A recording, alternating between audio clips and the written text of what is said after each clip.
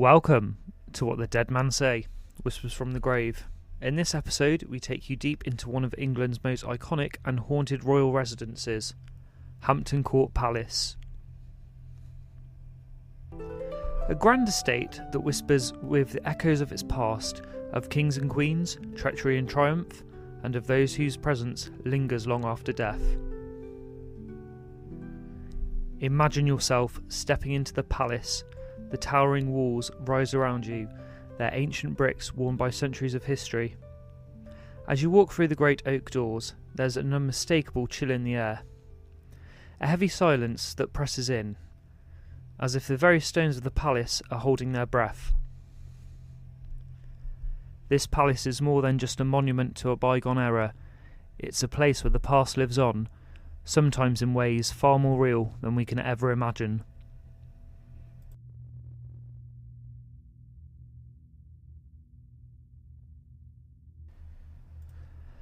Let us not forget the tale of Cardinal Thomas Wolsey.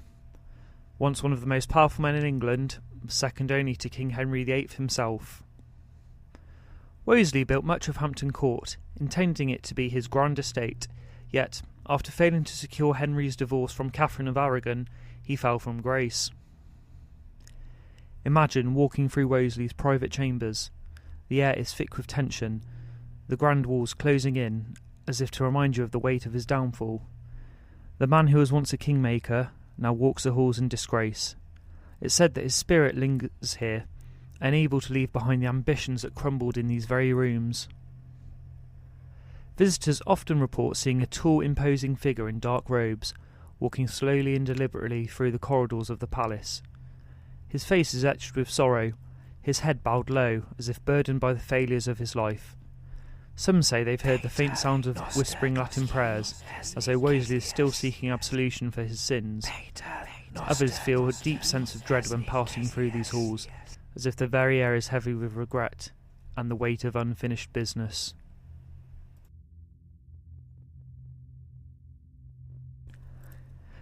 Now, let's turn to one of the most poignant and sorrowful spirits said to walk the halls of Hampton Court, the ghost of Jane Seymour, the third wife of King Henry VIII. Henry VIII's beloved third wife is said to haunt the palace, her spirit bound to the room where she gave birth to Henry's long-anticipated son, Edward VI, in 1537. Picture the moment. Hampton Court Palace is alive with anticipation. The future King of England has finally been born. The bells ring out in joyous celebration, the courtiers whisper excitedly, and Henry himself is basking in the pride of having a male heir. But this joy was short-lived. Just days after Edward's birth, Jane fell gravely ill, succumbing to what many believed was postnatal complications. The palace, once full of life and celebration, turned cold with mourning. The walls that had echoed with happiness were soon draped in grief, and Henry's heart, though filled with pride for his son, was shattered by the loss of his beloved wife.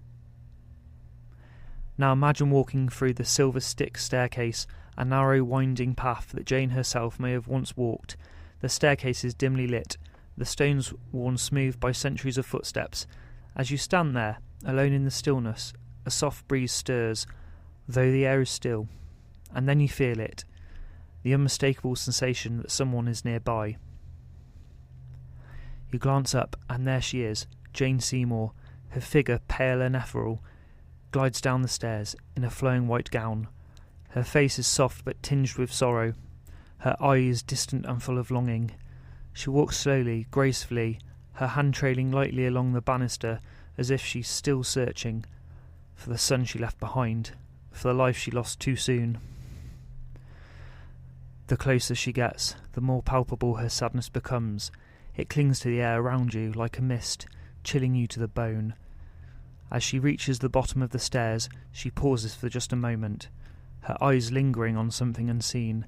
Then, without a sound, she fades away, dissolving into the shadows, leaving behind only a faint scent of lavender, the same fragrance she was said to favour in life. Some witnesses have described feeling an overwhelming sense of loss when they see Jane's spirit, a deep aching sadness that lingers long after her ghost has vanished. It's as if she's trapped in an eternal loop, bound to the palace where she gave everything to provide the king with an heir, but never lived to see her son grow. She is not a ghost of anger or vengeance, but one of quiet sorrow, forever mourning the life she never got to live. Imagine standing at the foot of that staircase yourself, hearing the faint rustle of fabric and the soft whisper of footsteps behind you, and though you might not see her, you can feel her presence, the tragic queen, forever walking the halls of Hampton Court, longing for the son she left behind.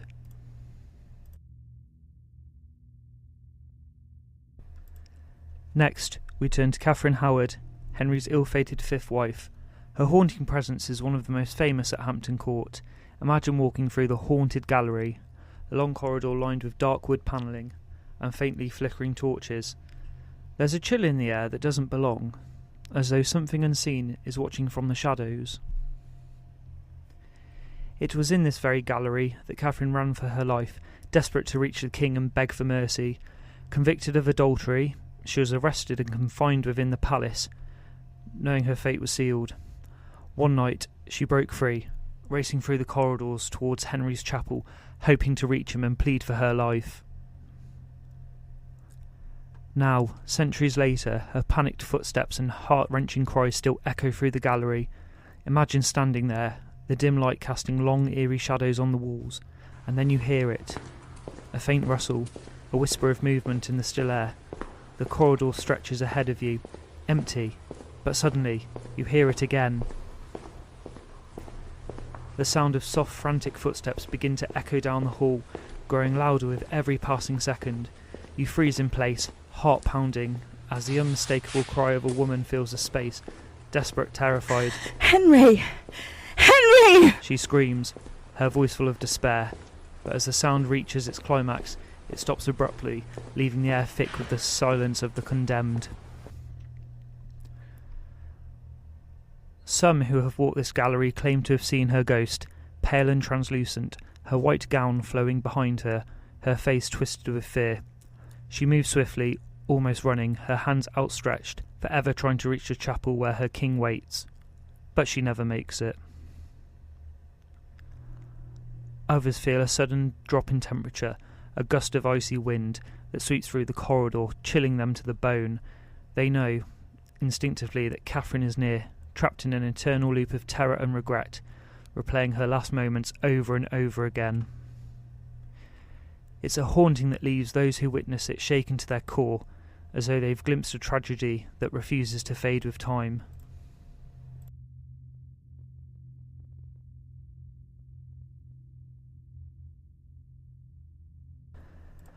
Now, let's explore the story of Dame Sybil Penn, known as the Grey Lady. Nursemaid to Edward VI, she was a loyal servant to the Tudor family until her death from smallpox in 1562.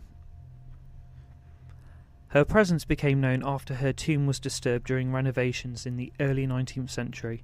From that moment on, strange occurrences began to plague Hampton Court. Imagine yourself in one of the quieter corridors of the palace. The air is cool, almost unnaturally so, and there's a deep silence pressing in around you. Then, just as you start to relax, you hear it. A soft rhythmic sound. It's faint at first, but unmistakable, the whirring of a spinning wheel, though none have existed here for centuries. As you stand still, straining to listen, the sound becomes clearer, the rhythmic creaking of the wheel echoing faintly through the walls. Some visitors have followed the sound to a room that had long been sealed, a hidden chamber where Dame Sybil Penn is said to have spent her final days. Those brave enough to open the door are met with an eerie silence.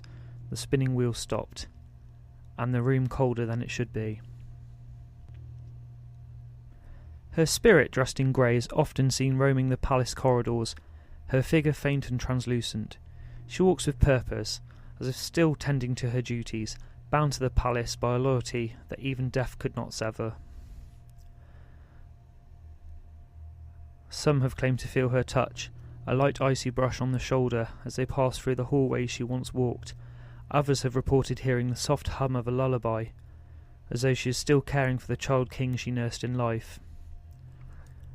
Imagine being in those quiet halls, hearing the faint whir of a wheel, or the soft steps of a woman long gone. The presence of the Grey Lady lingers, a reminder that some spirits remain not out of anger, but of devotion.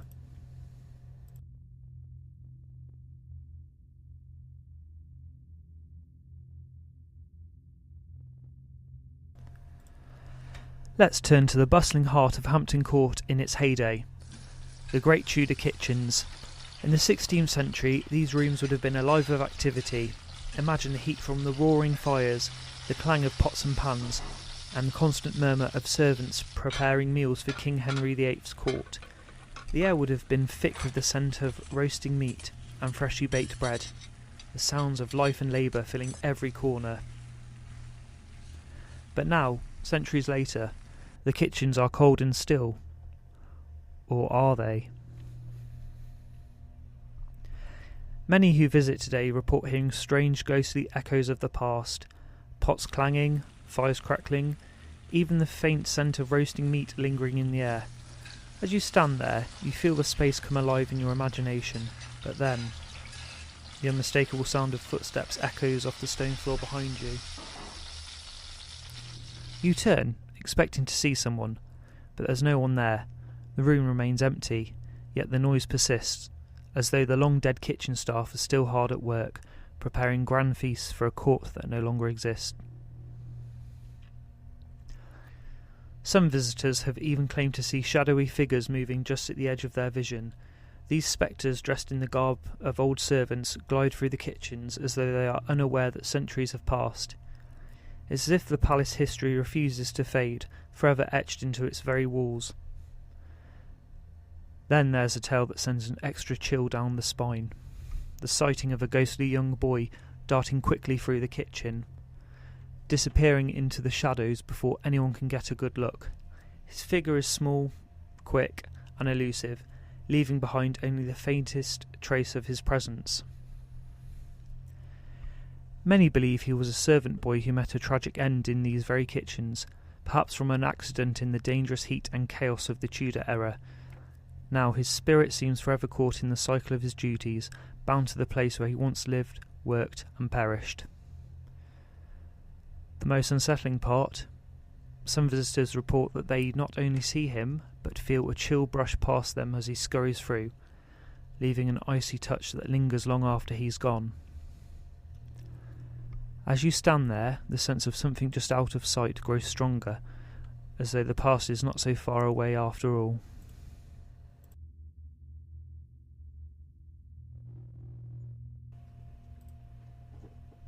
Then there is the council chamber, a room steeped in history, holding a grim story within its ancient walls. In the 19th century, workmen renovating the palace uncovered a chilling discovery: the skeletal remains of a woman, bound and hidden within the walls for centuries. Picture yourself stepping into this grand chamber. The air feels unusually heavy, thick with the weight of untold history. The wood-panelled walls are silent, but the atmosphere hums with an unseen presence, as though the very stones are holding a terrible secret. Now, imagine the haunting knowledge that behind these walls lies the body of a forgotten woman, left to decay in darkness. Some say her spirit remains, trapped within the room where she met her tragic end. As you stand in the silence, a cold shiver creeps up your spine. A soft, almost imperceptible clink of metal rattles the air, followed by a low muffled sob, like someone crying in despair, just out of reach. The temperature drops suddenly, as though the sorrow of the room has wrapped itself around you. Your skin prickles, and it feels as if the walls themselves are closing in, heavy with a sense of fear and entrapment. Visitors often report this sensation, the overwhelming weight of sadness, the unmistakable presence of something watching from the shadows, a soul forever imprisoned behind the very walls that should have kept her safe.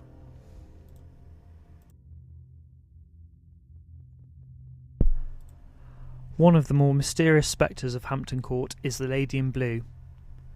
She has been seen countless times by visitors and staff alike, dressed in an elegant flowing blue gown, her face always concealed by a dark veil. Her presence is graceful, yet undeniably eerie, as though she belongs to a different time. Now, picture yourself walking through the palace's fountain court on a misty evening. The fog swirls gently around you, and the stone pathways glisten underfoot. As you stroll, the gardens seem unnaturally still, until you catch a glimpse of movement ahead. A figure, a woman in a striking blue dress, drifts across the courtyard. Her movements are smooth, almost as though she's gliding over the stones. Her gown, a deep royal blue, ripples around her feet, though there's no wind to move it. Her face remains hidden beneath a dark veil, adding to her mystery. As you move closer, she seems to float just out of reach.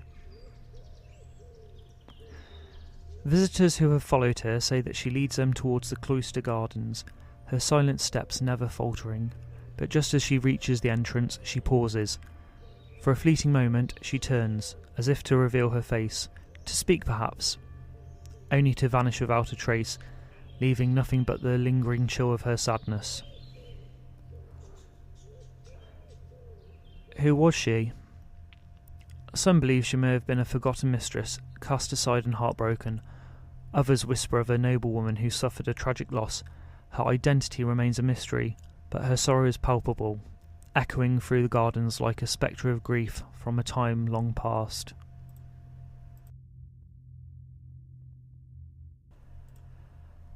Not all spirits of Hampton Court walk on two legs. Near the tilt yard, where knights once jousted in the presence of royalty, a different kind of ghostly presence has been reported. The eerie figure of a cloaked rider. Imagine the quiet of the night, the moon casting long shadows across the open field. Suddenly, a dark figure appears in the distance, a horseman, draped in a long tattered cloak, riding silently through the yard. The hooves of his horse make no sounds as they strike the ground, and the rider's shadowy form is barely visible in the moonlight. Those who have seen him describe the figure as a fleeting shadow, more apparition than man, disappearing as swiftly as he arrived. But the rider is not alone. The phantom dog, a large black hound with glowing eyes, is also said to roam the grounds. Imagine walking near the tilt yard and hearing the soft padding of paws behind you, each step unnervingly close. You stop, heart racing, but when you turn, there is nothing, only the still night. Then, just as you think you're imagining things, a massive black dog appears out of nowhere, its eyes glowing like embers in the darkness. But before you can react, the hound vanishes into thin air, leaving you shaken and questioning what you just saw. These spectral animals, with their silent appearances and sudden disappearances, add to the eerie atmosphere of Hampton Court, particularly when the moon is high and the place feels like it belongs to another world.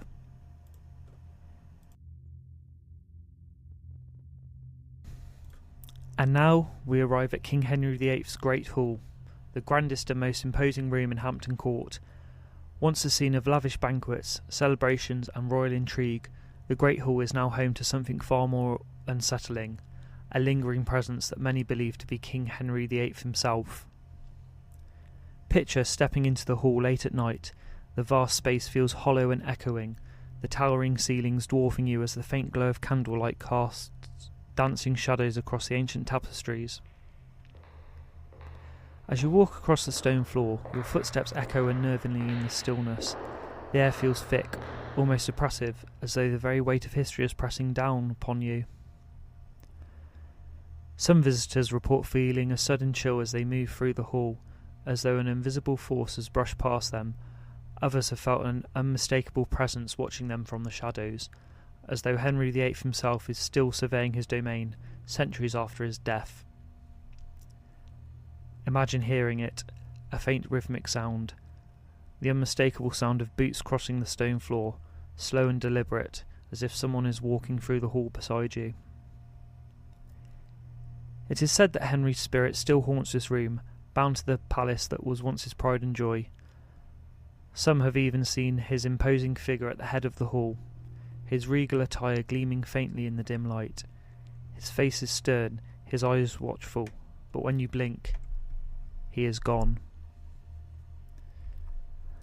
The tapestries flutter as though disturbed by a sudden gust of air, though all the windows remain tightly sealed. Your heart races, and for a moment it feels as though the king himself is standing right behind you. Those who have felt his presence leave the hall with a deep sense of unease, as though the ghost of Henry VIII is still watching over his palace, forever tied to the place where he reigned supreme.